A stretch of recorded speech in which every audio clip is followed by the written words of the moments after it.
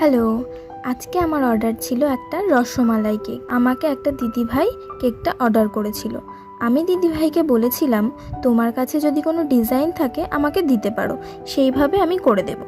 উনি আমাকে বললেন, তুমি তোমার নিজের মতো করে দাও।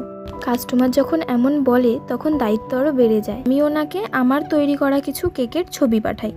সেখান থেকে উনি এই ডিজাইনটা আমাকে করে দিতে বলে। তো উনি বলেছিলেন পিঙ্ক এবং স্কাই ব্লু কালারের মধ্যে করে দিতে। প্রথমে না দিদিভাইটা আমাকে ইয়েলো কালার করার কথা বলেছিল, যে কালারটা করলে কেমন হয়।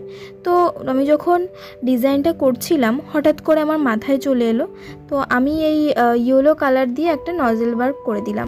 কেকটার সাইড থেকেও কিন্তু ইয়েলো কালারের নজেল ওয়ার্ক করলাম। তোমাদের সাথে কথা বলতে বলতে দেখো কেকটা কত সুন্দর তৈরি করে ফেললাম। এবার তোমরা আমাকে বলো কেকটা কেমন লাগছে।